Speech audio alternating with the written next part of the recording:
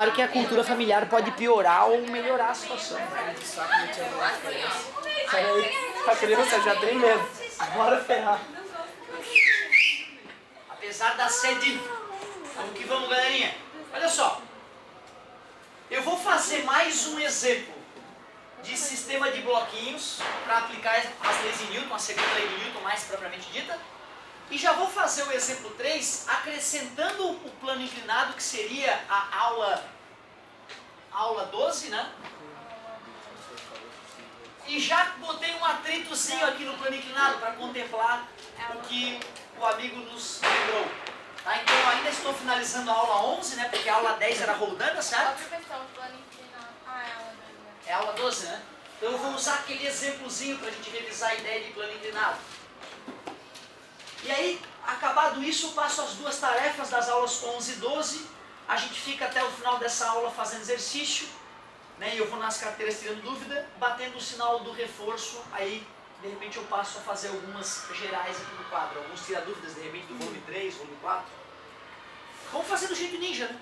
Do jeito ninja, que é o de melhor que eu tenho para te mostrar. Começa com...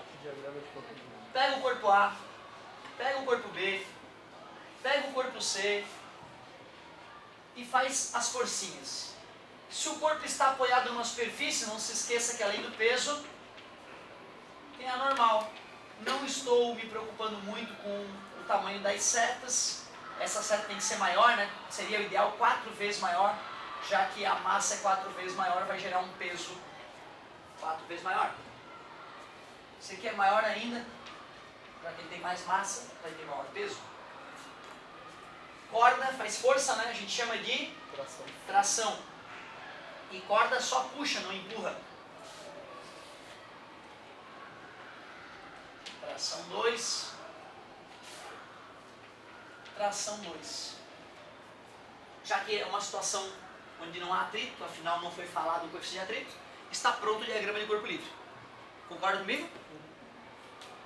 Como o peso e o normal se anulam, afinal não são um par ação e reação, eu vou aplicar a segunda lei de Newton em cada corpo. Quem é resultante no corpo A? T1 igual a massa de A vezes a aceleração. Quem é resultante no corpo B? Parabéns! T2, que é a maior, né? Menos T1. Isso é a massa do B vezes a aceleração. Quem é resultante no corpo C? A PC menos a T2. Parabéns! É o peso do C menos a tração na corda 2. Isso é a massa do C vezes a aceleração. Diagrama de corpo livre, segunda lei de Newton em cada corpo, sistema de equação. O método da adição é muito confortável. T1 menos T1, T2 menos T2. Já não era lógico que é o peso do bloco pendurado que acelerava o sistema? Então daria para ir direto para o física, meu amor. Só que se a gente quer aprender uma física de maior qualidade, o ideal é fazer isso. Como a aceleração é igual para todos, eu vou colocar a aceleração em evidência. Então fica MA mais MB mais MC vezes... Poxa, a massa de todo mundo está sendo acelerada pelo peso do cara que está pendurado. Olha como ficou lógico. Certo? Mas tentem, se esforcem para tentar fazer uma vez ou outra, pelo menos, um sistema ninja. Depois que tu entendeu legal, aí tu pode começar a usar um pouco mais o bom senso. De cabeça, galerinha, qual é o peso do bloco C? É 100. Isso, considerando a gravidade de 10 é 100. Vamos somar as massas, 2 mais 8 mais 10, que totaliza 20. Está multiplicando, passou? E 100 dividido por 20, 5 metros por segundo ao quadrado. Além da aceleração, o que mais foi pedido? A tração 1 e a tração. E aí eu não preciso filosofar, porque eu já tenho uma expressão para a tração 1. Ó. É a massa do A vezes a aceleração. A tração 1 deu 10 newtons. E agora que eu tenho a tração 1 e quero a tração 2, tanto faz usar a equação do meio quanto a equação de baixo. Tu que decide, vai dar o mesmo resultado. Tração 2 menos a tração 1, que é 10, é a massa B, que é 8, vezes a aceleração, que é 5. Tração 2 igual a 40 mais 10, né? Menos passou mais, né? A tração 2 deu 50 newtons. Certo? Então tu vê, cara, se a gente faz do sistema técnico clássico, depois não fica tão terrível fazer. Fala, parceiro. Ali tu fez 2 menos T1, vou pegar só da... porque a força é horizontal. Isso, tem situações que eu não vou saber para onde o sistema vai. Eu vou ter que chutar, eu estou supondo que está acelerando para lá. Então não teria por que o sistema acelerar para lá, né? Já que a aceleração do sistema aponta para a direita, a resultante tem que apontar para a direita. Por isso que eu fiz T2 menos T1. E na outra lá da caixa... Está acelerando para baixo, por isso que eu fiz a maior menos a menor. Exatamente, pergunta precisa. Beleza, vou ver se até se eu deixo isso aí no quadro para quando tu travar em alguma questãozinha, tu de repente dar uma olhadinha pro quadro para tirar uma duvidazinha. E a questão 3, o exemplo 3 é para aula 12. Eu já vou relembrar vocês como é que a gente trata o plano inclinado e já botei um atrito ali, que é a pior situação que pode aparecer em plano inclinado, é plano inclinado com atrito. Porque se não tiver atrito, gente, se ele te pedir aceleração, como foi o que aconteceu no exemplo 3, tu só tem que calcular o PX, lembra o PX que acelera o cara morro abaixo e joga no física, meu amor? Então é fazer força resultante igual a massa de aceleração e a resultante é o PX. Então quando tem atrito é o melhorzinho. Então esse exemplo vai ser um bom exemplo para tu matar umas questões já medianas aí. Dica preciosa, vai trabalhar com plano inclinado? Faz uma pontilhada paralela e faz uma pontilhada perpendicular ao plano. 4 quilos aí, hein? 4 quilos tinha o cara. Depois que tu fez essas pontilhadas, esse é o eixo X, lembra? E esse é o eixo? Na hora que tu vai traçar o peso, pessoal, não se esqueçam, ele não vai contra o plano. Ele vai vertical para baixo, ele vai perpendicular à linha do horizonte. Beleza? Tu pega esse vetor peso e decompõe em Px, que acelera o bloco morro abaixo, Py, olha só, não tá o bicho aqui, né? Olha só isso aqui, o que é isso? Isso é falta de água, não é possível. Paralelo, né? Melhorou, menos mal. E aqui, pontilhada paralela, esse é o PY. O segredo para decompor a força-peso no plano inclinado é lembrar que o ângulo com a horizontal está entre P e PX ou P e PY? P e PY. Uma tarefa legal para quem não lembra disso vivamente é tentar provar por geometria que este ângulo aqui está sempre aqui entre P e PY. Então tu vê, né? Primeiro passo para plano inclinado. Viu o plano inclinado? Pontilhada paralela, pontilhada perpendicular. Desenha o peso e faz a decomposição gráfica. Se tu lembra que o ângulo com a horizontal está sempre entre P e PY, para calcular o PX vai ser P vezes sem ângulo, parabéns, seno. E para calcular o PY vai ser P vezes Cosseno. Com ângulo, cosseno. Então o plano inclinado sempre passa por esse processo de decompor o peso em Px e Py. Nós temos os dados todos, né? Como a gravidade é 10 e a massa era 4, o peso do cara vai ser 40 newtons. Então eu já nem sei se eu vou precisar de tudo, né? Mas já vou adiantar o meu serviço aqui. Seno de 37 é 0,6, Px deu 24 newtons. Py igual a 40, cosseno de 37 é 0,8, Py deu igual a 32 newtons.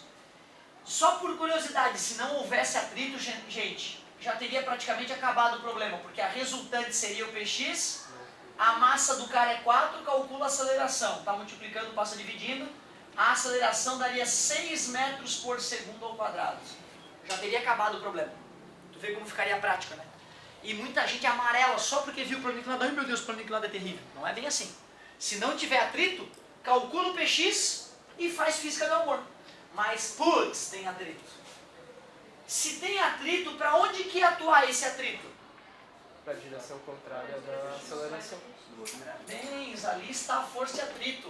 E também tem a tal da força normal, né? Que vai se opor ao PY, né? Na horizontal seria o peso, né? Aqui é o PY, a normal é o PY. Essa é outra coisa importante no plano inclinado. A normal vale 32 newtons. Se eu quiser fazer o física, meu amor, para poder calcular a aceleração, quem vai ser essa força resultante? A Px menos o atrito. Px menos Φ. Vai ser sempre assim, plano inclinado com atrito. Px menos Φ, resultante. A Px eu já sei, 24. Só falta eu descobrir a Φ, porque a massa do cara é 4 kg, a aceleração vai ficar fácil de descobrir. Como é que se descobre força de atrito? Mi vezes a normal. O coeficiente de atrito foi dado igual a 0,1. A normal eu calculei através do PY. 32. Então a força de atrito deu 3,2. Pronto. Tinha 24, tira 3, sobra 21. Tira mais 20 centavos, sobra 20 com 80. E tá multiplicando, passou? A aceleração vai ficar 5,2. A aceleração ficou maior ou menor do que com atrito? Ou do que sem atrito? Menor, né? Tinha dado 6, né? Se desse maior, eu tinha errado. A de aceleração, 5,2 metros por segundo ao quadrado. Eu com vírgula porque eu acabei de chutar os números. Mesmo assim, não ficou tão terrível de calcular. Pô, cara, eu só me permito fazer 3 aulas em 1,5 de teoria, porque essa matéria já foi discutida no primeiro ano, certo? Então não é uma coisa assim nova. Quando aparecer a física C na semana que vem, aí eu quero baixar a bola. Aí eu quero fazer uma aula para uma aula. Aí vale a pena a gente ter bastante humildade, a física nova, né? Mas eu tenho certeza, cara, que se vocês usarem como cola, como guia, como uma direção a seguir, esses exemplos que estão por aí, tu vai te dar bem nessas aulinhas 11 e 12. Anota a tarefa mínima para essas aulas e prepara a munheca. Dá uma alongada na munheca que vai ter bastante coisa para fazer. 11 e 12, da aula 11. Da aula 11, tarefa mínima, página 11 e 12. E da aula 12, que é plano inclinado, na aula 12 do plano inclinado, tu pode fazer... Ô professor, mas tem a aula 10 que tu deu também. Que é por isso. É que eu passei, eu acho, né? É que 3 e a 4. 11 não tinha nenhum. Tipo, a aula 11 é aquela que não tem nada. Sim, mas é isso mesmo, a aula 11 é a 11 e 12 mesmo. E aí a última aula, que é a aula 12, eu gostaria que vocês arriscassem. Perdi completamente. A aula 10 já foi. Aí na última aulinha ali vocês podem arriscar página 19 e 21. 19 e 21, para a aula 12, páginas 19 e 21. Eu fiquei tão feliz ontem vendo os colegas se ajudar, tipo assim, ó. O cara foi lá e fez 3 da primeira aula. Aí o colega, não, faz da próxima aula para tu não ficar só numa aula, aquela dica que eu tinha dado, né? Então façam isso de novo. Tipo, faz 2 da aula 10, 2 da aula 11, 2 da aula 12, depois tu volta para a aula 10, faz mais um pouco. Assim tu consegue trabalhar um pouquinho de cada e não vai enferrujar nada aí na tua mente. Cara, tu vê, tu vai ter um momento precioso. Eu sei que em casa vocês estão com pouco tempo para estudar. Por isso que eu tenho feito esse momento mágico. Vamos, galerinha, quero ver... Que nem nas aulas passadas, quero ficar orgulhoso de ver vocês trabalhando. Empacou, chamou. Tenta valer cada minuto. Na aula de apoio eu começo a fazer os que vocês não conseguirem no quadro. Vamos? Tô indo nas carteiras. Claro, cara, sem estresse, eu pego ele.